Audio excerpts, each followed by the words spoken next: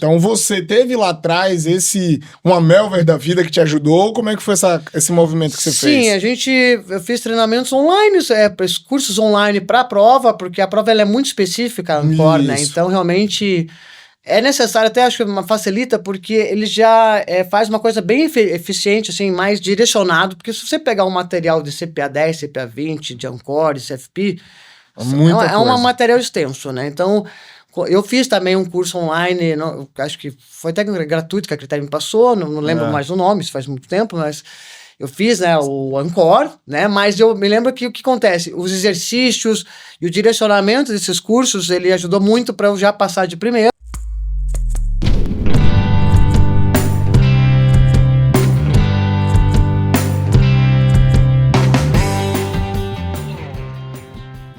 Sejam bem-vindos ao podcast da Magnet Customer, no quadro Assessor Moderno. Eu sou Davi Barbosa e hoje estamos aqui com um convidado muito especial. Como vocês já sabem, sempre estamos trazendo grandes novidades. Nosso objetivo aqui é ajudar você, profissional do mercado financeiro, a construir relacionamento com seus clientes e gerar negócio. Hoje, esse convidado tem uma experiência muito boa, é um cara amigo, pessoa muito próxima, e eu fiz questão de trazê-lo aqui para que a gente pudesse trazer uma visão um pouco diferente, às vezes, daquilo que a gente já tem. Muito fácil a gente conversar com os nossos clientes, pessoas que já estão conosco no nosso dia a dia, mas é interessante a gente trazer para vocês uma visão diferente de como as coisas acontecem fora do universo dos clientes que estão aqui envolvidos com a Magnet Customer. A gente conta com o apoio da Melver Educação para desenvolver esse podcast e trazer para vocês, profissionais, conhecimentos que vão agregar valor para o seu dia a dia. Hoje estamos com Rafael Coutinho, nosso grande amigo, um assessor que tem uma experiência maravilhosa, ele é sócio de um escritório de investimento, ele vai trazer para você e vai dizer qual que é. Rafa, seja bem-vindo, espero que a gente aqui possa bater um papo muito legal e eu quero te dar um presente para que você possa aí apoiar o teu celular e ajudar você aí agora nesse nosso bate-papo. Também vou colocar o meu aqui. E a gente já fica aí devidamente parametrizado, organizado. Rafa, seja bem-vindo, muito obrigado pela sua disponibilidade. Enfim, conta pra gente quem que é o Rafa, seja bem-vindo, irmão. Opa, Davi, obrigado pelo convite aqui, é uma honra estar aqui conversando com você aqui nesse bate-papo. Bom, eu sou o Rafael, trabalho hoje na Critéria Partners, é um grupo financeiro com mais de 10 anos de casa, com uma custódia aí acima de 10 bilhões. A gente, na verdade, é um hub de serviço, atende 360 graus a pessoa física e a pessoa jurídica. Legal. Vai desde o seu macro ali de gestão patrimonial, family office, com suas ferramentas de blindagem, sucessão patrimonial. Nossa expertise é investimentos, né? Mas, além do investimento, a gente também pode atender toda a questão na pessoa jurídica, como securitização de dívida, antecipação de recebíveis. A Critéria, por exemplo, participou de uma oferta primária na Bolsa com outros players. Legal. Temos um segmento de fusão e aquisição, ou seja, clientes que estão ali a mercado para uma fusão, para uma venda. Então vocês são muito mais do que um escritório tradicional de investimento. Pode-se dizer que vocês estão muito mais próximos a entregar toda uma solução financeira, tanto para a pessoa física quanto para a pessoa jurídica, em tudo que eles precisam. É isso? A grande sacada dos nossos sócios majoritários em São Paulo é que eles começaram com a origem familiar deles, é uma corretora do Rio de Janeiro. Eles eram uma mesinha como escritório de investimento, era 100% investimento. E a ideia deles ao longo do tempo é guardar esses dividendos que eles vinham acumulando para, no momento certo, fazer essa expansão. Então, hoje a Critéria tem 10 escritórios, nós somos mais de 200 players, funcionários, grupo, né? Assessores ali trabalhando. Tem a parte administrativa, tem uma parte já de asset sendo desenvolvida. Também nós atendemos o private, então tem o private offshore. Legal. Então, é aquela coisa, primeiro o macro, né? Toda a questão de family office, olhar a blindagem, sucessão patrimonial, atendimento private, atendimento offshore. Eu, em Curitiba, eu e meu sócio temos uma carteira, né, aproximadamente 140 milhões de custódia, com ROA acima de 1%. Eu, ele, mais um assessor, a gente é uma equipe, então por isso que eu consigo, né, ter essa liberdade de eu estar em Curitiba 3 dias, 2 dias ficar em Florianópolis, nessa vida, né, nessa good vibe, nessa vida, nesse privilégio, né, de estar morando na ilha. Então, por exemplo, cheguei ontem à noite, né, voltando de Curitiba, estou aqui, né. Então você fica nessa ponte aí, Curitiba-Florianópolis. Antes de virar assessora bancário, mas a gente era muito monoproduto, né? Então, minha especialidade foi sempre renda variável e renda fixa. Quando comecei no Santander, depois no Grupo Safra. Então, eu atendia toda a praça sul do Brasil em renda variável. E o meu colega, que era de mesa, atendia Curitiba e Porto Alegre. Então, eu fui mesão do Santander em renda variável, eu fui mesão de renda variável no Banco Safra. Entendi. E acho que a grande questão no mercado de assessor é isso, né? Sair do monoproduto, né? E se atender todos, né, as necessidades ali. Um universo, né? Um espectro 100% o cliente, né? Entendi. É certo afirmar que você vem de uma transição de carreira? Ou é certo que é um movimento natural? Você estava ali no banco, primeiro Santander, depois Safra, hoje você está num escritório, sócio de um escritório, tem uma carteira. Este é um caminho natural para os profissionais do mercado financeiro ou nem sempre é assim? Eu acredito que sim. Acredito que eu demorei para fazer esse movimento. Porque trabalhei na carreira de Santander, Safra mesa, né? Com o Chico, lá com o time lá de São Paulo, que até hoje a gente conversa, os operadores, né? Legal. É muito sensacional ali, parece Lobo de Wall Street ali, toda aquela galera conversando, é aquela coisa, né? Tudo que você fala, todo mundo é contrário, porque se tá comprado ou tá vendido, então, né? Nunca é unânime.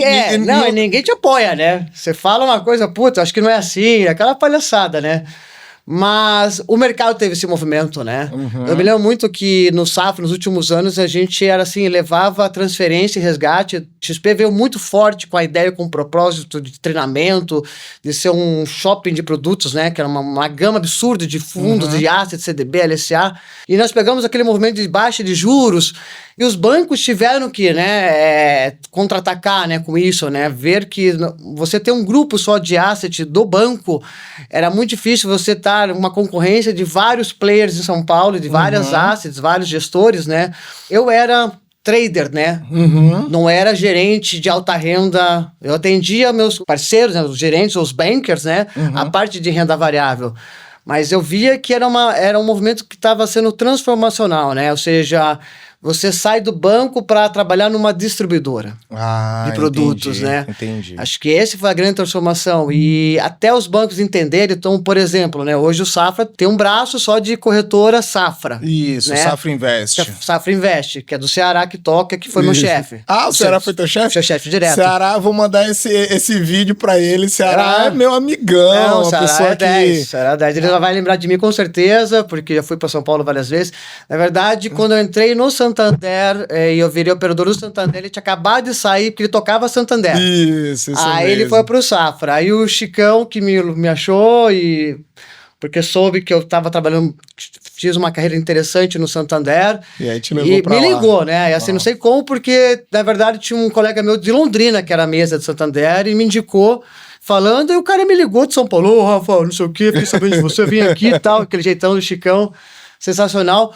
Aí eu conheci o Ceará pessoalmente, falava, nossa, o Ceará, agora eu conheci quem é o Ceará, né? Gente bonita. Era tipo Lombardi, né? Todo mundo ouvia falar, mas não via, sim, agora né? O Red, né, tal, e o Ceará, gente finíssima, tive boas oportunidades de conversar com ele, poucas, né, lógico, né? Mas aí ele começou o projeto do Safra Invest. Eu estava no Safra, eu estava no final do Safra, quando ele estava tocando esse projeto. Tem em Curitiba, tem, né, também em outros lugares, mas Então, assim, é maravilhoso. Acho que a Critéria eu acho interessante porque acho que um outro movimento também, né? Porque a gente tem essa liberdade. Acho que teve que vir o Covid para entender que você não precisa estar num lugar físico 100%, né? Quando eu morei fora, a gente já tinha essas ideias, essas teorias de home office ou de coworking. Acho que nós, na prática, teve que ter um evento, né? Um evento externo, assim, como extra, esse. Né? Extraordinário, para nós vermos que sim, eu posso trabalhar em casa, eu posso me trabalhar online, eu posso ter essa mobilidade, né? Então, foi por isso até que eu vim para cá, né? Ah, legal. Ô, Rafa, mas me diz uma coisa. Nesse movimento que você fez, você estava lá no banco, vamos dizer assim, guardado em uma salinha, e aí agora veio pra rua, né? Você saiu ali de trás da mesa e foi pra frente do balcão. Você também teve que prospectar cliente. Me fala um pouquinho dessa caminhada, porque eu acho isso bem interessante. Porque a pessoa que... Nós pegava só aquário, né? Só no aquário, né? Aquela coisa, né? Como a gente pegou um movimento muito bom de mercado, 16, 19, ali com a transição Temer, né? A Bolsa teve uma boa reação depois que a gente expurga a Dilma, né? Então a gente pega um bom ciclo de queda de juros e Bolsa reage. A gente conseguiu ter uma boa relação de carteira, um bom relation com os clientes, relationship, né? Então... Basicamente, até muitos gerentes ficaram muito chateados porque aquele cliente que eu só atendia renda variável, ele veio comigo, ele ficou fiel ao meu trabalho, né? Então, eu sempre tinha acho que assim, todo mundo fala, né? Você sempre foi comercial, né? Sempre tem um tino comercial para negócio, mas não adianta. Eu pegava no aquário, mas a conversa era diária com o cliente, né? A gente conversava todo dia com o cliente, ó, olha aqui, tá acontecendo isso, vamos um pouco operar aqui, comprar aqui, vender lá, não sei o quê, fica a caixa, segura a onda, a gente vira o meio que psicólogo, né, porque tem cliente ansioso, mas era um trabalho muito de trade, né, era um momento que era trade. Hoje não, hoje realmente é uma coisa muito mais global, né? Então, eu mudei um pouco todo até meu perfil e a forma de trabalhar, depois de tantos eventos externos, a gente também aprende, acho que foi uma curva de aprendizagem muito grande para todo mundo. Para todo mundo, né? Respondendo a tua pergunta, assim, aquela coisa, a gente vai pegando a prática, vai recebendo muitos nãos, e foi bem isso.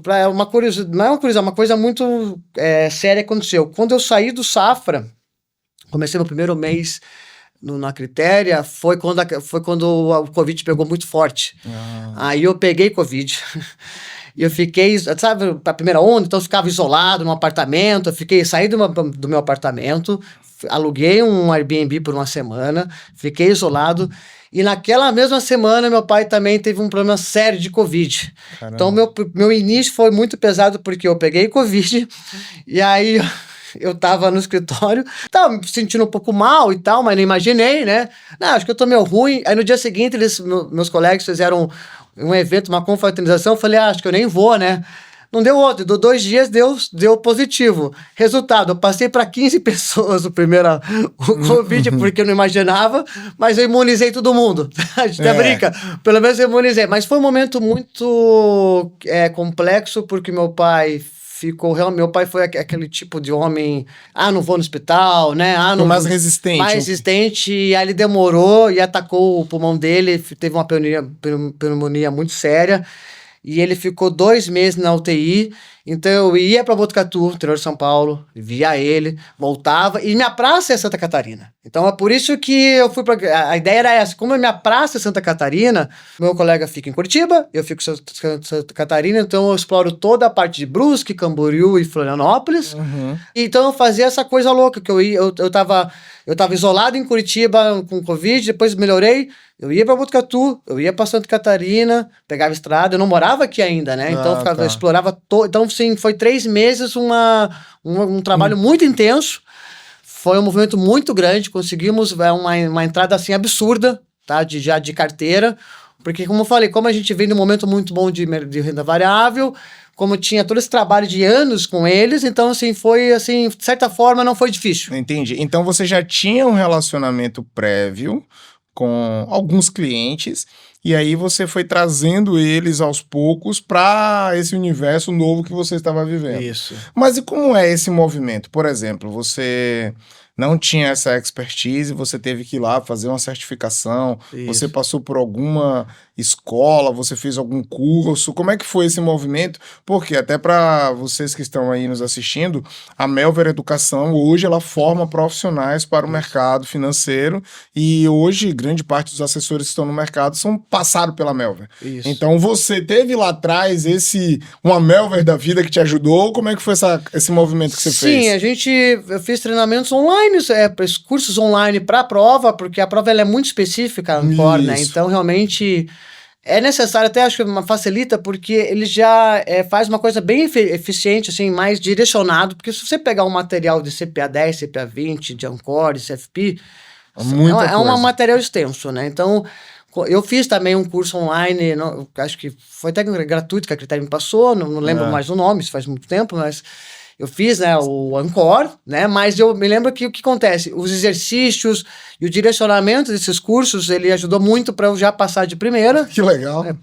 Passei 20 dias. É que assim, né, vamos lá, sou formado em Economia na Federal, fiz AIB, fiz admissão na IB lá em Londres, cheguei aqui, fiz pós-graduação na Federal também, Contabilidade e Finanças Avançada, aí fiz CPA 20, fiz todas, né? Saiu se certificando de tudo, né? Todos certificados, né? Para acompanhar a carreira, né? Então, muito focado para trade, né? Então, fiz todos os certificados necessários. Eu gosto de falar muito desse assunto. É uma mudança muito drástica entre o que era ser monoproduto para hoje um trabalho de assessor, né? Realmente é uma... Então, teve uma pessoa que esteve aqui conosco, agora estou tentando lembrar qual foi. Foi o João da Stark. Ele fala muito da capacitação, né? De você se capacitar para que você consiga desenvolver muito bem esse trabalho que é feito por vocês, profissionais do mercado. E aí eu fico tentando entender, né? Qual que é o caminho, né? Porque não existe por exemplo... receita pronta. Isso, não existe uma receita pronta. Você é médico. Eu faço 5 anos de universidade, depois faço residência em clínica geral ou residência em cirurgia, tá? E vou me especializando ali. No mercado financeiro não é tão assim. Os assuntos são diversos, né? Isso. E como é que você, assessor de investimento, consegue chegar para o seu cliente e explicar sobre esse universo? Vocês têm um apoio interno de outros profissionais? Porque pensa você ser generalista ou ser um especialista. Lá atrás, quando você estava no balcão, né, da parte de dentro do balcão, você era um especialista ali em renda fixa e outro tipo de produto. Renda variável. Em renda variável como um todo. Mas vou explicar um pouquinho como que é essa distinção e como Boa. Então pensa como é que agora o profissional que tem que atender o investidor, que tem pouco conhecimento, como é que vocês atuam, né? De maneira mais especializada, você e os demais, ou a maneira mais generalizada com o apoio do especialista? Traz pra gente essa lucidez. Então vamos lá, né? Primeiro acho que a gente tem que ter um pouco da humildade de conhecimento, né? A gente sempre acha assim, nossa, sei tudo, sou foda, o mercado é assim, tô operando, tô ganhando, né? A gente chama esse humildade intelectual, né? Acho que é uma humildade intelectual. Acho que precisamos ter primeiro uma humildade intelectual. A gente vive do mercado 24 horas, né? A gente acaba acordando, já vendo Ásia, commodity, petróleo, minério. Depois tem os morning calls que a gente assiste, né? Então, desde a XP, Rafi, Genial, Felipe Miranda. A Critéria também tem semanalmente tem uma reunião semanal de produtos, de mercado e conjuntura. E assim, o que os meus clientes realmente gostam de mim é quando a gente conversa sobre mercado, sobre conjuntura. Entender o que está acontecendo com os Estados Unidos, com China, com a Europa, o que impacta nós aqui no mercado, né? Acho que é uma coisa diferenciar economia real, outra coisa, oportunidade de mercado financeiro. Então, sobre cursos, que nem lá no meu escritório, eu tenho um colega meu que está fazendo mestrado na Federal, tenho 2 colegas meus que estão fazendo avançado opções. Eu basicamente estou vendo até uma pós-graduação de geopolítica, achei muito interessante, que saiu lá em São Paulo, que já estou vendo para janeiro. Então, nosso mercado ele está totalmente atrelado ao que acontece no macro global e com o macro doméstico. E o meu cliente, ele adora isso, né? Quando a gente conversa, olha, como foi esse mês, né? Por exemplo, né? A gente vem vendo um movimento de preocupação de mercado, um pouco ceticismo que o governo vem tocando sua política econômica, ou seja, o mercado começa seus exageros de forçar isso e puxar prêmio de risco, isso na curva de juros, né? Então, nesse movimento, eu falei para os clientes, senhores, é o seguinte, está tendo todas essas questões fiscais, esse sentimento de desconfiança, estamos vendo os gestores e posições institucionais saindo do mercado no curto prazo. Então, quando está nesses níveis de curva longa, ou seja, então estamos falando de, novamente, título público, IPCA mais 6,5, 6,30, pré-fixado, a curva longa 31 acima de 12,30, 12,40, é oportunidade.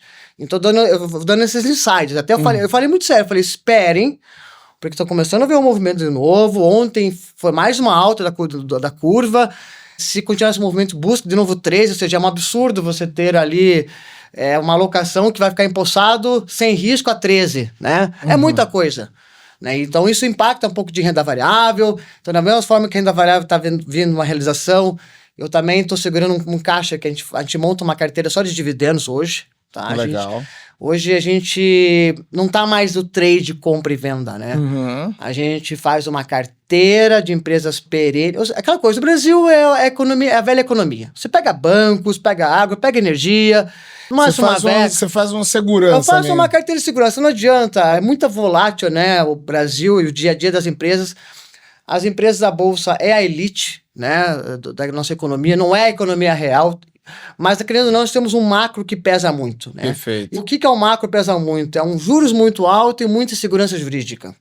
Então, quando a gente vê de novo, né, um governo que faz um movimento muito parecido com mesmo os erros cometidos ali na fase no passado, mesmo que as empresas estão crescendo a 2 dígitos, a bolsa não anda, o preço não acompanha. Então a gente já virou meme, né? Que a bolsa barata, bolsa barata, bolsa barata, e a bolsa não anda há 2, 3 anos. Esse ano somos, de novo, somos o pior mercado em renda variável.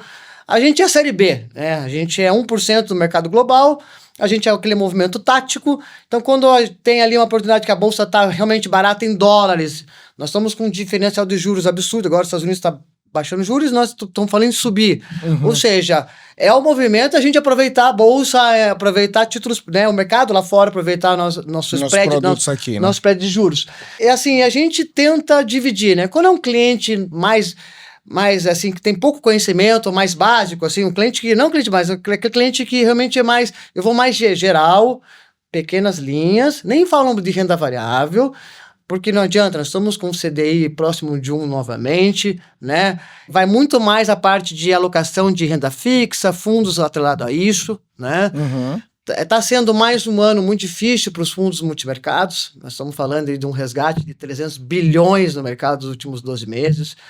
Essa volatilidade de juros americanos, agora é subir, agora é queda. Então, no passado, os juros americanos... Não teve uma estabilidade, né? Não, ele dá uma puxada de 2,80 para 3,5, 4, depois já volta a cair. Isso foi muito difícil, né, pro gestor nas suas posições, né, ele acompanhar isso. Mais uma questão de guerra, que já envolve commodity, que envolve a questão da Rússia, que é um choque de oferta também absurdo, né, que teve no mundo. Então, a gente sabe certinho dosar para aquele cliente que eu vou mais básico, uma conversa mais geral, para aquele cliente que eu posso me aprofundar mais específico. Isso é muito...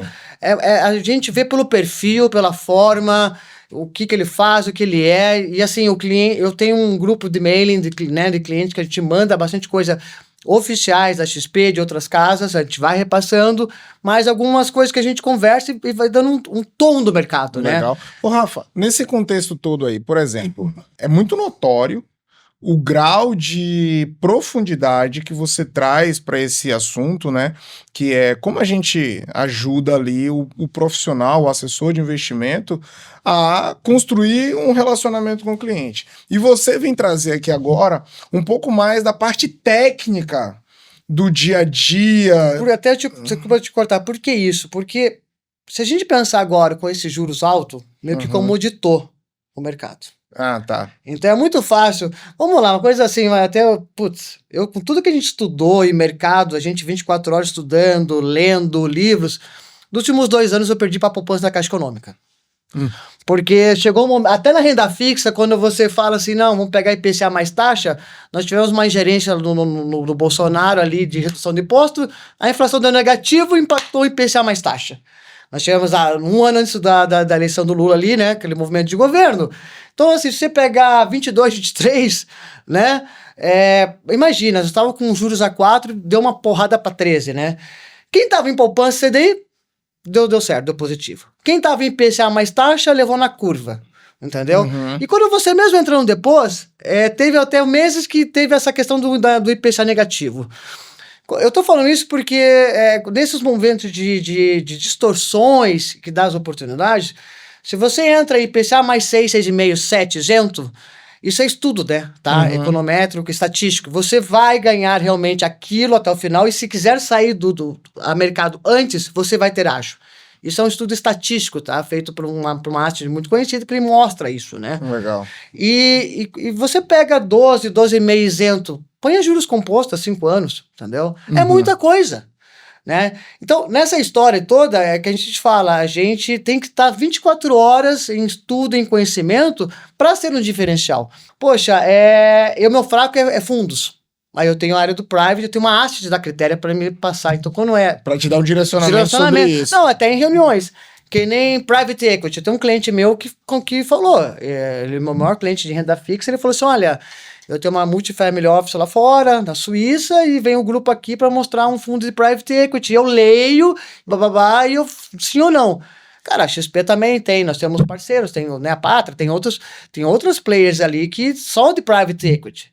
Bom, eu sou zero nisso, assim, no sentido de, porque aí é uma questão muito mais até micro, né, São Paulo, né, tem essas private equities mais, Faria Lima é pequena, né? Sim. Faria Lima, na verdade... É um ovinho, né? É um ovinho, né? Então, assim, é um mundo muito pequeno. Então, isso é muito mais micro de pessoas que conhecem que aquele cara realmente é uma pessoa séria, a governança daquele fundo. Porque é muito fácil. Eles falam assim, olha, eu tô aqui, eu tô captando 300 milhões, mas eu vou alocar aqui, alocar lá. Você não tá lá, né? Então, a gente tem que conhecer realmente quem é o gestor, quem é a casa...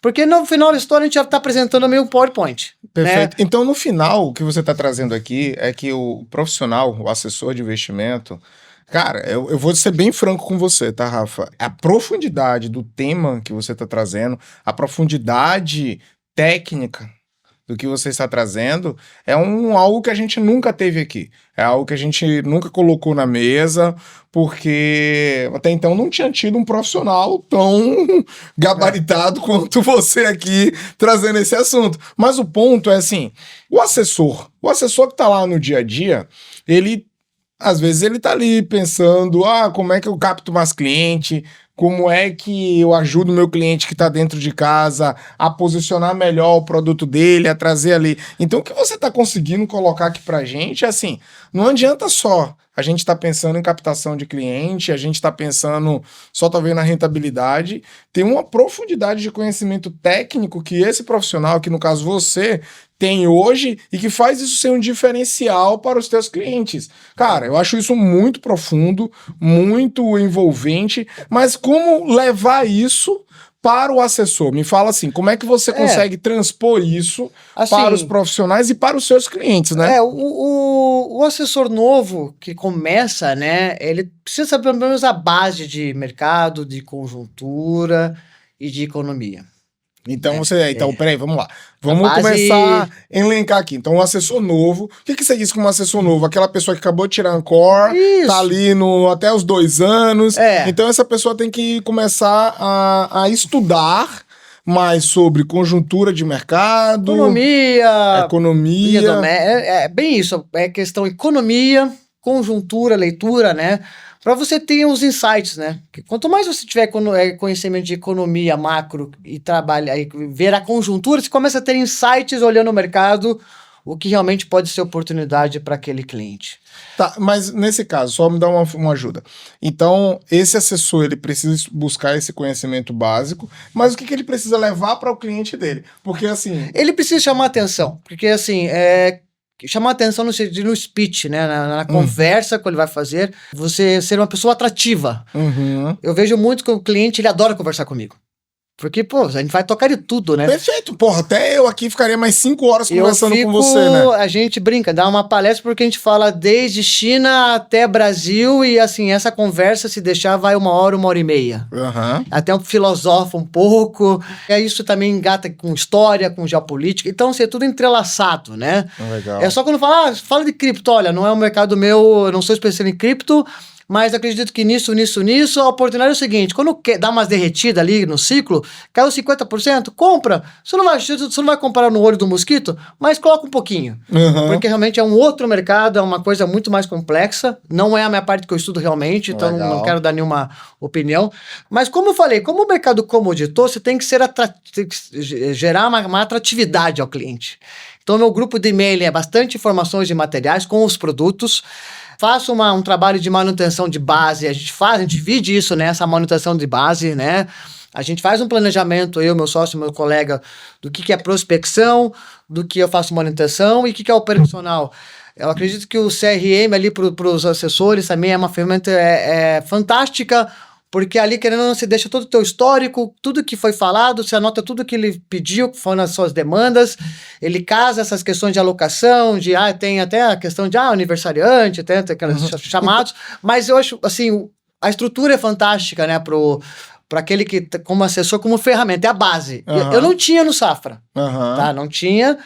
Quando eu saí, que acho que teve uma plataforma de CRM, mas eu acho que hoje é a base, né? Como um todo, né? Então você usa a tecnologia, então você usa um pouco do que você tem ali dentro do CRM para poder linkar com esse nível de conhecimento que você tem para poder saber o que falar com o seu cliente. Isso. É isso que você está dizendo. Senão também a gente fala com tantas pessoas, com tantas variáveis de assunto, que eu deixo tudo anotado. Você não vai lembrar de tudo que você falou. Né? Então, não dá pra, né?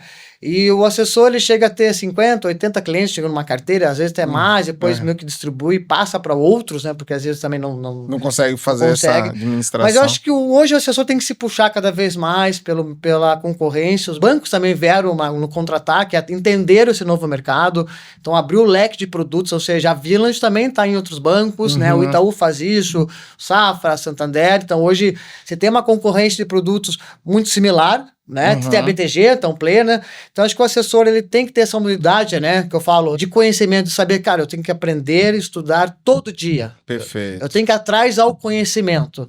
Entender o que acontece ao meu redor no dia a dia. É equalizar o que está acontecendo com a realidade do cliente, com a realidade do mercado e com aquele leque de oportunidades que às vezes o assessor tem ali na sua malinha para poder ofertar. Porque, por exemplo, né, um escritório, um assessor que tem um cliente PJ, poxa, ele precisa estar muito atento se essa pessoa precisa trabalhar alguma questão de crédito. Você consegue... Crédito, vencimento, né? Às vezes a dívida dessas empresas são longas, então ele quer captar recursos, como a gente pode ver uma securitização de dívida, né? Um CRI, um CRA, uma debentures. A questão de, qual que é a melhor... Eu tenho muitas conversas, às vezes, com o CEO, com executivos das empresas sobre mercado, né? Como está setorialmente.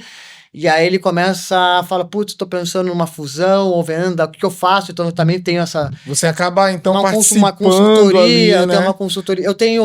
Eu dou uma palestra no escritório no Norte, que é do Marcondes Brincas, para investidores.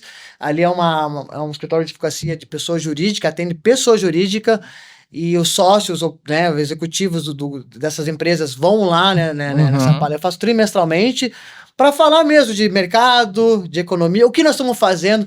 Porque, assim, as coisas estão mudando muito rápido. Então, assim, eu falo, senhores... Tá assim, assado, o juros vai subir, vai cair, Lula, eu tô fazendo isso aqui que tá dando certo. Isso aqui deu errado. Normalmente a gente só fala os gains, nunca fala os loss. Né? Esse é o normal, né? Principalmente do mercado financeiro, você nunca fala dos seus loss. Mas eu falo porque acho que depois de tudo que a gente já passou desses últimos 3, 4 anos, é importante falar os loss também. É melhor você trazer transparência pra mesa, porque ninguém é perfeito, cara. Querer acreditar que você só tem ganho, você também tem perdas. Então você tem loss ali no meio do caminho o tempo inteiro. E baseado nessas perdas que a gente alterou, a gente mudou muito, assim, a forma de oferecer renda variável para os clientes, principalmente, né? Como eu sou trader, então eu vejo muita curva longa, né? São as curvas de juros, né? Então, vencimento 25, a 26, a 27, como é que na bolsa. As ações sobem e descem, né? E a curva de juros também. Ele está ali cotado diariamente ali no mercado de juros, então ele faz os movimentos. Quando a gente entende o porquê que um juros está subindo de preço, ou seja, o prêmio de risco Brasil está subindo, e você entende o motivo disso, que se é uma questão interna, se é uma questão externa, a gente entende onde está a distorção, onde que está a oportunidade de entrar. Legal. Então, gente, eu acho que vocês estão vendo aqui que o Rafa tem muita coisa legal. Tem. Cara, Rafa, eu tô aqui encantado com esse bate-papo nosso. A gente tá indo aqui para um segundo quadro, uma segunda parte aqui do nosso bate-papo, onde agora eu quero ouvir do Rafa quais são os desafios, Rafa, que você encara, que você enxerga no dia a dia da profissão. Porque você traz aqui uma grande necessidade de continuar estudando, uma grande necessidade para o profissional continuar se capacitando. E aqui eu quero dar uma deixa para vocês. Tem vários conteúdos disponíveis na internet que você pode ler, que você pode buscar. Você pode acessar a Melver Educação para poder se capacitar com alguma coisa muito específica que você precise. A Magnetic Customer, ela é um braço da operação. A Magnetic Customer, só para você entender, tá, pessoal? Ela é uma plataforma, uma empresa de tecnologia que atua exclusivamente no mercado financeiro. Então a gente tem toda essa lógica, Rafa, de relacionamento com o cliente, todo o CRM para escritórios, hoje integrado com os principais bancos, enfim. Então a gente faz isso. Olhando para esse conjunto, até se você quiser conhecer um pouco mais do que a gente faz, o nosso trabalho, tem um QR Code aqui na tela e você pode escanear e acessar a nossa plataforma. Se precisar falar com o Rafa, também vou deixar o Instagram. Rafa, qual que é o seu Instagram? Rafael Z. Coutinho. Rafael Z. Coutinho, ele trabalha na Critéria, é um dos sócios da Critéria na unidade de Curitiba e está aqui alocando uma grande parte do seu tempo aqui em Florianópolis. Rafa é meu amigo pessoal, Rafa é da família, Rafa tá com a gente quase todo final de semana. Só ainda não aderiu ao beach tênis, mas é um cara do surf, é um cara que tá com a gente aí. Eu tô com preguiça do beach tênis, velho. Não é preguiça, mas realmente vocês são viciados em beach tênis.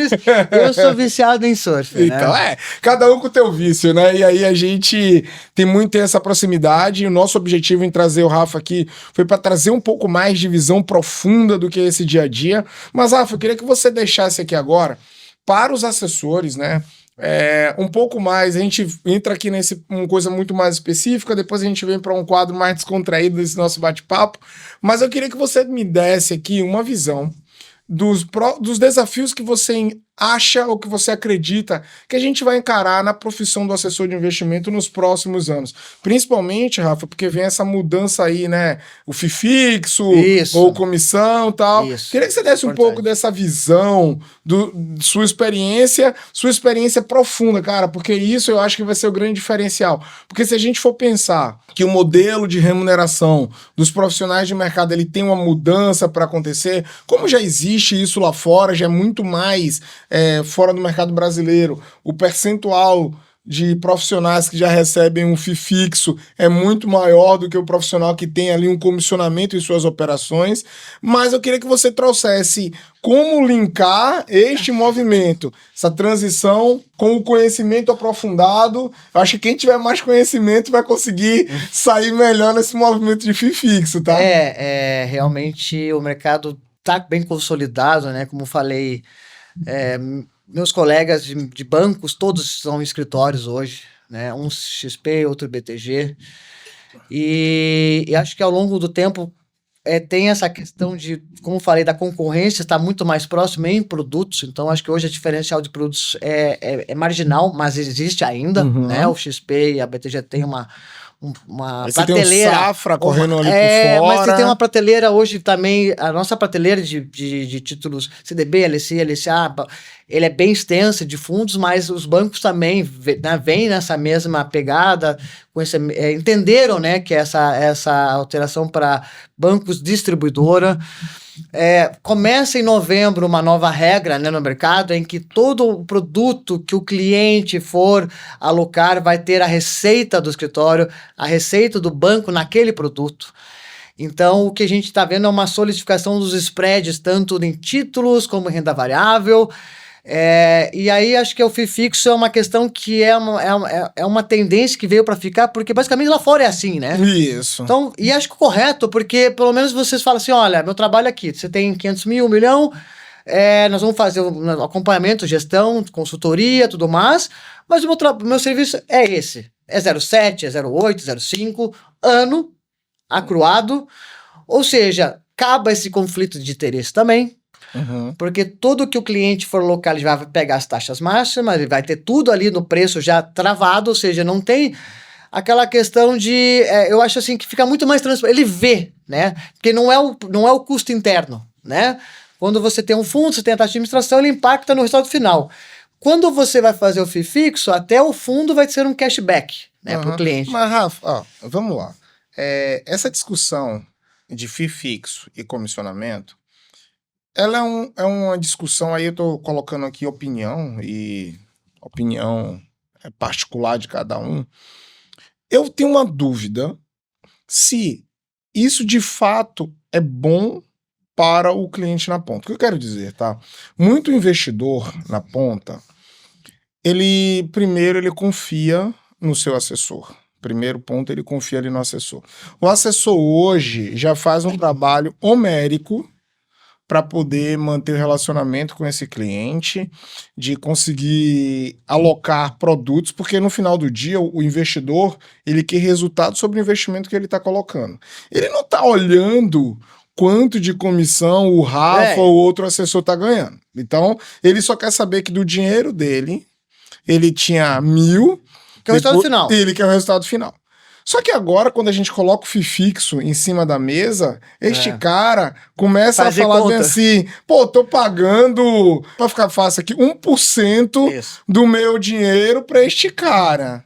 Pô, o que me soa é que a vida do assessor, neste caso, começa a ficar um pouco mais difícil, porque ele tem que convencer agora o cliente a pagar upfront, porque ele já tá assumindo... É um desafio agora. Que ele vai ter que pagar por isso. Tá, me fala mais disso. Porque na minha cabeça... Na prática, é assim, é bem isso. O cliente, às vezes, é um pouco inocente, né? Ou qualquer pessoa, quando primeiro vou comprar dólares, né? Ou vai cotar dólares. O cara dá o preço final, né? Ó, pago isso aqui, 5,60. Mas ele comprou 5,50. Né? Ele acha que é ali, né? Ele não faz essa conta porque tá dentro. Né? Perfeito. O fundo também te dá o resultado final, mas já embutiu os custos administrativos, que é normal, 2%, 2,5%, conforme o segmento. Sim, mais prêmio. E no título de CDB, título privado, título público, você tem a ponta mesa, né, que é ali o dia compra e venda, e tem o spread da operação. E o cliente não faz essa conta também, ele não entende isso. Então, assim, é isso que a gente tenta passar. Eu passo realmente transparente como que funciona o mercado. Ninguém trabalha de graça. É isso. Você tem um spread, entendeu? Só que esse é o problema, porque que nem o meu cliente fez essa conta. Putz, eu tenho 1 milhão aqui, 0,8, vou pagar 8 mil. Ele fez essa conta pra mim, na hora. Eu falei, filhão, é o seguinte, todo mês teus títulos renovam, porque ele tem investimentos curtos, e toda vez você vai pegar a taxa mínima, que sabe lá no aplicativo. Então você está tomando meio ali de spread, 0,40 sobre o título. Você compra e vende ações todo dia, não todo dia, semanalmente. Constantemente. Que tem corretagem é 0,5%. Então a partir do momento que eu consigo fazer que a carteira dele de renda fixa gera resultado com uma carteira de bolsa que é volátil, mas só com FII fixo, eu ganho o cliente. Porque imagina, você pega uma carteira de 1 milhão, 100 mil em bolsa. Nesse momento é isso, tá? Não tomou, né? Sim. Pô, se você fica comprando e vendendo a cada semana ou cada mês, é 0,5% na cabeça. E esse, por exemplo, nesse caso, os títulos dele são curtos, 3 meses, 6 meses. Toma spread na entrada e na saída. Na hora que ele... Né, na saída não, que aí vence, mas ele toma o custo da operação. Só que eu falei pra ele, a diferença é que agora eu tô sendo bem transparente a mostrar, né? Que você vai pagar esse FII fixo, tá? E por fim eu vou falar o seguinte, faz o seguinte, a partir do mês que vem, você vai lá no banco A, no banco B e no banco C, você vai comprar uma LCI, uma CDB, você vai ter ali a receita do banco ali naquele produto, que o que impacta é o teu resultado. Então, assim, esse é o grande desafio do assessor, porque hoje o mercado está muito mais concorrido e consolidado, existem essas questões de governança, de vários problemas que o mercado apresentou na questão de produtos, né, do que produtos não adequados para o cliente, tudo mais. Você tem uma briga sobre a corretagem, nas operações de renda variável, porque senão o operador fica comprando e vendendo e correta, aí o cliente... Porque aquela coisa, quando a bolsa está bem, todo mundo está ganho, ninguém pergunta do teu custo, do operacional. Mas quando está no momento, vamos pegar 2015 a 18, foi um horror, né? Desculpa, de 11 até 18, foi um momento horroroso no mercado de renda variável. Agora também está um momento bem difícil, né? Aí as pessoas vão questionar, pô, eu tô comprando e vendendo, se eu posso pôr uma renda fixa aqui a 12%, 13%. Perfeito. Então eu acho que hoje o assessor ter o conhecimento básico em renda fixa de mercado e economia, põe um pouco de renda variável ou com a sua equipe, né, que o escritório tem, ou ele mesmo, né, ser um especialista ali, ele explicar que, poxa, é muito claro que você tem um FII fixo em que mix isso, acho que o cliente vai sentir assim grato, bem assim, e vai agradecer porque está sendo honesto com você. Nós estamos sendo honestos no sentido assim, ó, você vai ter redução de custos, o propósito vai ter ali não ficar tradando. Se tiver oportunidade, eu posso mexer porque não vai gerar custo mais corretagem. Então essa é a grande facilidade também, porque às vezes no movimento de mercado, você conseguir sair a mercado um título fixo para comprar outro, não vai ter mais o spread em cima, né? Você vai pegar a taxa máxima. As ofertas primárias. A oferta primária, o emissor é que tem ele que paga uma taxa para emissão. Então, vamos lá. Klabin fez uma emissão lá de 500 milhões, né? Para um mês lá. A gente recebe, né, um FII do emissor, né? Isso aqui vai virar cashback pro cliente. Entendeu? Porque, na verdade, a gente já está fixado naquele porcento anual. Então, tudo que passar disso, ele vira cashback. Então, a parte de uma operação estruturada como o COI, ou de um fundo, ele vai ter como dinheiro de volta. Porque eu já defini aquele taxa fixa, então está bem transparente a gestão e meu custo, né? Ele é acruado por meses. Então, realmente, há uma barreira para o cliente vai olhar ali a despesa.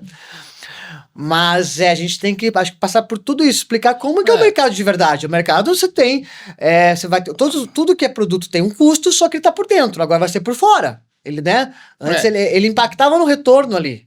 Né? Sim, eu tenho muita dúvida, sabe, de como vai ser esse movimento. Mas vai ser um movimento que não tem volta, eu acho. Não, eu acho que é um movimento que não tem volta, porque o mercado tá indo desse jeito. O mercado tá mais exigente com preço, como eu falei, como auditor. Mas pensa o seguinte, tá, Rafa? A gente, até prolongando um pouco aqui, sim, pode prolongar. A gente tá falando o seguinte, que temos hoje um pouco menos de 5% da população brasileira que investe. A gente está falando que grande parte dessa população... Bolsa 3. Isso, na Bolsa 3. Já chegou a 6, agora voltou a 3, 4. Então a gente já está pensando aí, a gente já está falando que temos pouca educação financeira no nosso mercado. Isso que mais falta. E aí, eu tô aqui analisando da seguinte forma. Eu tô começando agora a minha jornada, recebo 10 mil reais por mês e... Você vai ser meu assessor de investimento e você coloca na mesa para mim um FII fixo. Eu tô dizendo para você que eu vou colocar por mês R$1.000 e você me diz que vai me cobrar 0,8 ano para poder fazer a administração ali do meu recurso. Ponto. Então, aí eu começo a olhar e falar, caramba, eu já tô começando a minha jornada como investidor agora, já tendo que pagar 0,8 para esta pessoa administrar esses R$1.000 que eu tenho. Eu até respondendo, acho que também vale muito do tamanho, né, do perfil do cliente, né? Acho que o cliente menor é difícil você... Eu não ofereço, tá? Porque realmente tem essa leitura de fazer conta. Vamos pôr um cliente pequeno, né? Assim, investiu 100 mil comigo, 50 mil, né? Porque aí é um produto, 2, né? Forma a carteira. Lógico que depois, com o tempo, ele vai ver que eu estou ganhando bem acima do CDI, 120, 125. Ele vai entender que esse custo de 0,8 líquido vai dar muito mais que o CDI. Confio no Rafa, beleza. Entendeu? E agora, eu acho que o FII fixo ele parte da ideia de grandes investidores lá atrás, né, de family office, né, como um serviço global, e aí ele foi descendo, né, a escada para ir mais para o varejo, né? Então o que a gente está dizendo aqui é o seguinte, se você é um assessor de investimento que vai trabalhar o FII fixo, você precisa então ter uma Segmentar. uma estrutura não só segmentada, mas um mindset de planejamento financeiro, gestão financeira, do que só ser um assessor tradicional de investimento. E eu acho que o cliente, ele também tem que entender que ele acha que ele vai no banco lá e pegar o produto é de graça. Não, é que o preço está por dentro. Tá embutido. E isso tem que quebrar e ser bem claro isso pro Vamos pensar da seguinte forma, a gente teve aqui, e assim, tá, gente, eu não tô defendendo o FII fixo ou comissionamento, a gente tá aqui, o nosso objetivo é falar com o mercado, falar com o ecossistema sobre construção de relacionamento com o cliente. E como é que eu ajudo o escritório de investimento a construir relacionamento com o cliente com esse tópico que ele é muito difícil. E detalhe, né? A questão do FII fixo também eu demorei para pôr como método de trabalho. Vou te falar que eu comecei recentemente. Boa. O FII fixo eu tenho que, acho que esse ano começou. Começou. Já tem alguém que já está trabalhando. Porque assim, quando a gente vem pensar em FII fixo, a gente pensa também que já tem os planejadores, já tem os consultores que já estão fazendo isso. Já fazia isso, já né? fazem Family isso. Office é isso, e já né? faz isso. Então gestão já tem uma taxa. Mas vou te falar que eu comecei o trabalho mesmo no dia a dia não faz 30 dias. Tá, e porque, aí, assim, porque é isso, entendeu? É uma cultura. Você sempre foi normal, produto. Isso. Alocação. Então, até para o assessor é muito difícil você entender que você vai ganhar pelo todo, né? E o trabalho. E você tem que conseguir entregar resultado. Pensa da seguinte forma: a nota fiscal que você vai ali no restaurante ou no supermercado e você compra um produto, eu posso te dizer, gente, talvez 1% da população olha a nota fiscal e entende o imposto que está ali destacado, o que você está pagando, quanto de fato real era aquele produto, e aí a gente tem nossas crises e as nossas brigas aqui por redução de impostos e afins. O que aparenta para mim quero fazer a mesma coisa com o universo de investimento e eu preciso destacar o que cada uma das coisas ali acontece, igual a nota fiscal, tá lá destacado. Só que se a pessoa não entende, ela vai continuar comprando, vou dar um exemplo, um iPhone aqui a 15 mil reais, não sei quanto custa hoje, mas só estou hipotetizando, e você vai ver que lá tem um pedaço gigantesco de imposto, é igual o carro, né? Por que o carro no Brasil é mais caro? Porque paga uma nota de imposto. Além do imposto que a gente aceita margens maiores. Então, as empresas... a China veio para dar uma bagunçada nisso aí. Só que aí você vai lá e pensa... O consumidor brasileiro, o investidor brasileiro, ele teoricamente já estava adaptado a pagar caro no restaurante e não olhar a nota fiscal. Aí agora existe um movimento colateral que fala, comece a olhar para isso. Beleza. Aí nesse de comece a olhar para isso, ele olha e não entende. Só que a gente está falando de algo talvez no longo prazo. A gente está falando da questão de... pegar um gancho, você falou, é muito claro, que a gente falou, ele começa a olhar a nota fiscal, né? Lembra, a gente tinha duas bandeiras de cartão, Visa e Master. Isso. E eram taxa 3, 4, né? Era um absurdo quais eram essas taxas que os lojistas, as empresas pagavam. Quando começou a abrir esse mercado, nós estamos falando de menos de 1%, né? E aí, que nem você falou de carro. Carro é a mesma coisa. A gente tem imposto, tudo mais, custo Brasil, logística, onde ele vem, a segurança, blá, blá, blá, blá, câmbio. Mas a gente tem uma margem, se você pegar os resultados... E a China veio para mostrar, olha, eu consigo esse carro aqui, ó. Portanto, e começou também a dar uma equilibrada. No mercado financeiro é a mesma coisa, porque o mercado financeiro tá mais exigente e tá olhando na lupa os custos que ela tem, que ela paga prestando esse serviço. Eu vejo isso muito, tá? Porque antes você tinha operações de compra e venda, corretagem cheia, agora a questão se cobrava-se custódia, né? Você deixava o dinheiro lá e cobrava R$100 no banco, R$50 por custódia, corretagem cheia. Agora você tem um mercado que o cliente pode fazer tudo por home broker, a custódia é isenta, e agora estamos chegando no FII fixo. Ou seja, eu vou tocar tua carteira e se eu fizer em renda variável, tá dentro do FII fixo. Porque acho que é isso, as pessoas estão tendo mais conhecimento de como que o que encarece, o que incorre de custo no serviço financeiro e está sendo mais exigente. Entendi. E aí é o que eu falo. É por isso que eu vejo um mercado hoje muito mais difícil para o assessor Acho que teve um ciclo muito bom de 16 a 20, 21, absurdamente. O mercado de assessor foi muito bom como receita e resultado. Esse movimento, lógico, né, ele atraiu mais profissionais. Então, como eu falo, todos os meus colegas de banco viraram assessor. Agora, acho que tem uma solidificação e esse movimento que a gente está vendo de juros altos, isso gera assim, uma coisa de comoditar, como eu falei, comoditar. Sim. E ao mesmo tempo que essa margem reduziu drasticamente. Então, eu acho que é um momento muito difícil para o assessor, tá? Como trabalho, né?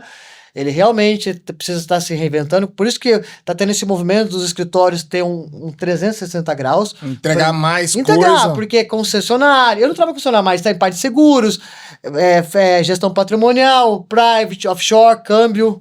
É tudo isso, os grandes escritórios da Quitéria tem tudo isso, por causa disso, porque se você ficar monoproduto hoje, já era. Você não vai se sustentar no mercado, entendeu? Boa. Pessoal, eu acho que a gente já tá chegando ao fim do nosso quadro, o Rafa veio aqui para brilhantar mais uma vez, e tá sendo muito da hora, Rafa, esse bate-papo. Vou trazer algum convidado aqui pra gente aprofundar nesse assunto de FII fixo e tal, porque eu acho que é um assunto muito pertinente e como nosso objetivo é ajudar você, profissional do mercado, a construir relacionamento com seus clientes e gerar negócio, é um tema que a gente tem que trazer.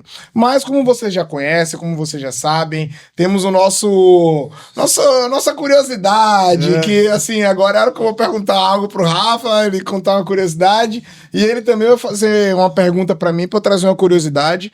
Mas assim, eu já quero deixar aqui para vocês o nosso agradecimento, quero agradecer também já ao Rafa e colocar a Magnet Customer à sua disposição, coloco a Melver Educação à sua disposição para que você possa se qualificar, você consiga aí ter um pouco mais de conhecimento, assim como o Rafa. Também deixo o contato do Rafa, deixo o Rafa aqui à disposição para que vocês possam acioná-lo. Rafa Zé Coutinho, isso. É o Instagram Rafael do Rafa. Rafael Zé Coutinho. Podem achar ele lá ou acham ele pela Magnet. Eu vou deixar os links aqui para que vocês contactem a gente. Mas, Rafa, vamos lá. Queria agora que você contasse pra gente uma curiosidade. Rafa, a gente falou aqui nos bastidores um termo que a gente aprendeu esses dias, mas eu queria que você contasse uma curiosidade. Eu acho que sempre quando eu conheço pessoas, né, na minha vida e que não me conhece, quando eu comento assim, porque as pessoas gostam de falar, né, que eu sou assim, não sei o que, aconteceu isso. Aí eu falo assim, a minha tampa é russa, né? Eu falei, como assim tampa russa? Porque basicamente, no momento da minha vida, eu fui morar fora. E eu nunca imaginei que no Brasil, com 15, 20 anos, a mulher, a minha companheira, que está até hoje, né? Eu com 26 anos, eu conheci ela, seria uma da Rússia. Então você vai dizer... Gente, eu sei, tá? A esposa dele é russa, cara. É russa. Então, pô... É um choque cultural, assim, absurdo no começo. Nossa, totalmente, né? Valores, ideias, foi um absurdo isso. Mas imagina, já estou há 18 anos, né? Assim, a conta que eu faço é muito fácil porque foi na Copa da Alemanha, né? Ah, tá. Então, 4. Então, você faz a conta, né? Então, foi 2006, né? Uhum. Então, assim, é uma conta fácil que a gente faz, né? Quando eu conheci ela... Aí ela saiu onde ela morava, que ela morava dividido com outras pessoas, né? Normal isso, Londres, divide com 6, 7, 8. Aí foi morar comigo, porque Londres é aquela vida muito louca de você vai a trabalho. Então você conheceu ela em Londres? Em Londres, lá no East London. Ah, legal. Lá no East, lá nos ingleses Cockney, que a gente fala no Cockney. Não, boa, né? Fala boa, que é bottle of water, eles falam, né? Que é o leste, né? É a Zona Leste. A gente morou na Zona Leste, eu trabalhava na Zona Oeste. Que legal. O meu curso de administração era no centro, ela trabalhava com eventos também. Então, assim, aquela coisa, você não vê a pessoa o dia inteiro porque atravessa a cidade de metrô, vai trabalhar. Eu amo Londres, cara. Cara, tá louco. Eu amo não posso.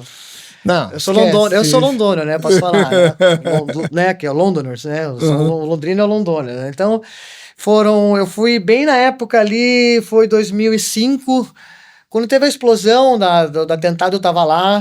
Que tenso. Quando mataram o brasileiro, o Jean Menezes. Eu esqueci o nome. Alguma coisa assim. Eu também tava lá. Até a região que ele morava, eu conheço ali, que tinha uns amigos meus em Elefante Castle. Tem uma cena engraçada que uma vez o ônibus, 6 da manhã, voltando do trabalho, ele deu problema e o motorista, em inglês é assim, né? Se dá alguma coisa, ele pega. Aí começou uma discussão entre um passageiro com o motorista.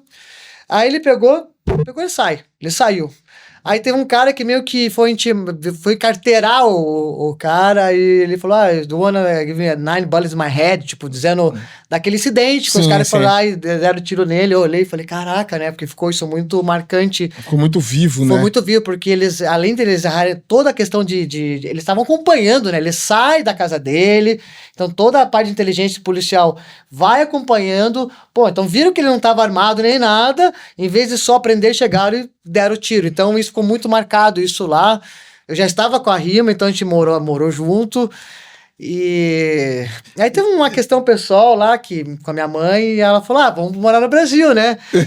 E ela, então vamos, né? Então vim de mala e cuia com uma russa, Ele trouxe a russa na mala, tá, gente? Mala e cuia na russa, a russa. Então essa acho que é uma curiosidade, porque como eu morei fora e fiquei bom tempo, eu comecei no mercado financeiro tarde. Tá. Eu me formei novo, vim com meu pai lá em Botucatu, que ele pediu. Fui para Londres para um projeto que eu montei lá em Botucatu. E como eu fiquei 4 anos, eu comecei a trabalhar no Brasil, voltar ao Brasil e no mercado financeiro com 26 anos. Tá. Então eu comecei tardio. Então eu acho que essa também é uma curiosidade, porque por causa dessa questão que eu falo, eu tive uma interrupção Mas a cultura, o que você foi fazer lá fora foi buscar cultura, conhecimento, uma vida aí. Você volta avião, né? Porque você que da hora. Mora com italiano, com espanhol, com romeno. Você conhece o mundo inteiro de pessoas, né? Então são 4 anos, você mora com culturas das mais diversas. Então eu consigo entender, eu me lembro, eu falo assim, eu consigo entender como é a forma de cada um que eu tenho que falar e a forma que eu tenho que me aproximar, lidar e falar. E a gente tem jeito meio brasileiro, caloroso. Mas aí ela veio, já fala muito bem português, fez faculdade de administração na FAI, em Curitiba. A esposa dele, gente, é amigona e joga beach tênis com a gente. E ele não joga, tá? Eu não jogo, eu surfo. Ponto. Ele não joga beach tênis. Eu sou viciado em surfar, esse vício é mais recente, eu sempre tive isso na minha juventude, mas bodyboard, né? Uhum. Quando eu fui para Londres, quando eu voltei para Curitiba, não tinha voltado.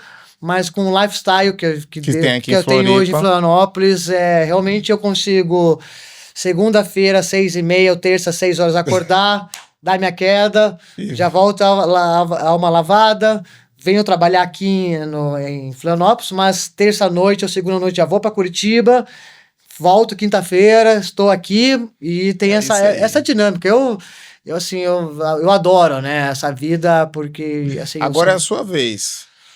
Eu queria saber uma curiosidade, como que nesse dia a dia de viagem, você tá em Mato Grosso, você tá em Goiás, você tá lá no Nordeste, como que você encaixa aí eu sei que você faz boxe, como que você faz aí, porque você boxe, quantas vezes boxe e como que você consegue quando você tá fora? Boa. Porque, gente, assim, né, é um esporte que exige, né? Não, muito bom, muito bom. Eu sou baiano, acho que vocês já sabem disso. E o boxe, pra mim, ele entrou na minha vida muito novo. Entenda novo, porque eu sou muito precoce. Com 6 anos, eu já ficava em casa sozinho e ia estudar. Eu estudava no colégio militar, 22 quilômetros de distância de casa, eu ia de ônibus sozinho. Então, assim, é uma vida um pouco diferente. O cascoramento faz as pessoas. E aí eu tive, eu tinha um vizinho, se eu tivesse a oportunidade de encontrar com ele de novo, seria da hora. Que era o Mundinho, a gente chamava ele de Mundinho. É Raimundo o nome dele. Ele morava na frente da casa da gente, e tinha os pais dele, se eu não me engano, o pai era seu Raimundo e a mãe Dona Zizinha. Dona Zizinha. Cara. E o Mundinho, ele tinha uma tatuagem aqui no ombro de uma luva de boxe e um leão saindo assim, sabe aqueles negócios? E eles cuidavam muito de mim. Era uma coisa que a gente tinha ali, meus pais iam trabalhar e eu ficava em casa sozinho, então eles sempre estavam observando a gente, né? E eu achava massa, porque ele era forte e tal, e ele dava aula de boxe, um cara muito... eu posso dizer assim, era um primo, um tio, uma pessoa mais velha que cuidava, né? E eu ficava encantado com aquilo. Só que lá em Salvador, você tem o ecossistema do boxe é muito vivo, desde o Popó ao Reginaldo Holyfield, entre outros atores lá no universo nosso do boxe. Então era meio que automático a gente fazer isso. E lá na minha rua, a gente tinha grandes pugilistas. A gente teve o Deri, teve o Buga, uma galera que eram pessoas que treinavam na Champion, que era a academia onde o Popó treinava, e você tinha o Dória ali como professor. Então eu tive a oportunidade de ter isso muito próximo a mim. Então o boxe faz parte da minha cultura desde muito cedo. O boxe e a capoeira. A capoeira, eu treinei capoeira, dancei, né? A gente vai falar assim, treinou, lutou. Não, capoeira é uma dança, mas a gente usa ela ali como uma arte marcial, que não é, mas, enfim, tá aí dentro do seu contexto. E eu fiz fazer capoeira e o boxe. Meu pai é do karatê. Então, sempre nós tivemos a luta muito viva ali no nosso contexto. E aí, o boxe, eu durante muito tempo treinava sem luva, era na mão seca, e o saco da gente era um saco de câmera de pneu de carro, cheio de areia, e a gente socava ali, brincava ali, né? Então, isso um pedaço do contexto, porque o boxe. E aí, respondendo a você, como é que eu faço isso? Rafa, posso ser bem franco, já tem um tempo, acho que uns 3 anos, que eu tenho voltado a estar treinando mais o boxe de uma maneira mais constante. Quando eu estou viajando, pouco eu treino. Aqui eu treino com um personal, que é o Gu, junto lá com o Chico, que é nosso amigo. Então... Quero ver se um dia eu vou lá. Então, tem várias pessoas querendo ir treinar com a gente. É isso que é pior, cara. Eu vou chegar lá, os caras vão me surrar. Não, mas a gente é bem tranquilo. Mas como é que eu faço? Cara, eu acabo não treinando, Rafa, quando eu estou em viagem. Isso pega um pouquinho. Tem algumas academias que às vezes tem esses, não sei. Tem, mas pensa que é assim, é igual você, Rafa. O dia a dia nosso, ele é muito corrido. Né? Não só muito cedo. Então, por exemplo, a gente treina aqui 7h30 da manhã, já tá treinando, e se fosse 7 seria melhor ainda. Sim. Mas porque temos a rotina ali de coisas para fazer, o Chico leva o filho na escola, os filhos na escola, enfim. Então a gente acaba treinando. Quando eu estou viajando, eu procuro fazer as minhas movimentações. Então eu tô na academia de um hotel, tal, eu vou fazer uma sombra, tal, mas treinar com um profissional acabo não conseguindo fazer. Então... Uma coisa que também acho que mudou muito a minha vida nesses últimos meses, tempo, é me aprofundar um tema da mente, né? Sobre o subconsciente. A gente sempre trabalha físico, sempre aquela coisa, estética, saúde, mas acho que a maior saúde que nós temos que focar é a mente, né? Legal. E vim fazendo um trabalho aí com uma especialista, me aprofundei muito nesse assunto. Acho que a pessoa, não só a profissional, a pessoa física, souber entender o poder da nossa mente, da nossa saúde mental para tudo, ele está na frente e ele consegue alcançar seus objetivos de vida pessoal, profissional. Minha vida transformou muito nisso. Nunca comentei isso assim, no geral, mas é gritante. Que da hora, desde que eu me aprofundei para esse lado, e como tá sendo muito bom pro meu dia a dia, com a minha família, manter a calma, conseguir entender. E eu tenho que voltar, e, né, incorporar essa vibe de Floripa, né, mais um good vibe. Aí eu faço as coisas corretas, bem planejado, eu consigo ir para Curitiba tranquilamente. A cabeça ficou melhor, né? Ficou. Então vamos aproveitar esse momento do Rafa aqui de reflexão pra gente fazer nossa despedida, encerrar. Hoje a gente prolongou bastante, mas assim, de antemão eu quero agradecer a todos vocês que estão aqui nos assistindo, que estão aqui nos ouvindo. Quero que vocês tenham total liberdade para acionar a gente, procurar a gente, trazer sugestões, dar seus feedbacks. Agradeço imensamente ao Rafa, agradeço imensamente aqui a Critéria, a Melver Educação, a Magnet Customer, a todos que estão envolvidos. Rafa, eu queria que você deixasse aqui para a gente encerrar uma mensagem para os nossos ouvintes, para as pessoas que estão aqui nos acompanhando, principalmente quando você vem trazendo esse assunto tão profundo, cara. O quão importante é cuidar da saúde mental. Eu queria pegar esse gancho final, é isso, né? Realmente a gente tem que cuidar, nós como um todo, mas a gente nunca foca na saúde mental. Entender qual que é o poder que nós temos hoje da consciência, do subconsciente. Aquela coisa, um átomo é 0,01 matéria e 99,9 energia. Então só dessa base de que o átomo e nós somos energia, a gente tem que entender que realmente nós temos um poder muito forte na nossa mente que trabalha que é o córtex frontal, e tem o primitivo, que é o automático. Eu até indico um livro interessantíssimo que chama O Poder do Subconsciente, do Stephen Murphy. E o lógico, a base de tudo é o que pensa enriquece. Que da hora. Esse livro, acredito que ele é o 8º livro mais lido na humanidade. Quem pensa enriquece. Que da hora. Então, um dia a gente pode até tocar um pouco desse assunto, quem é esse cara, como ele escreveu. Boa. É muito bom.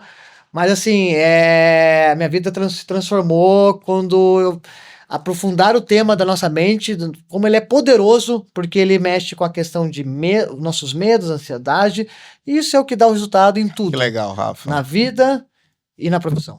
Que da hora. Então, gente, fica com essa mensagem do Rafa. Rafa, de coração, muito obrigado. Que a gente possa estar juntos sempre. Sim, sabe. E vamos em frente. Agradeço a todos. Até o próximo episódio. Tchau, tchau.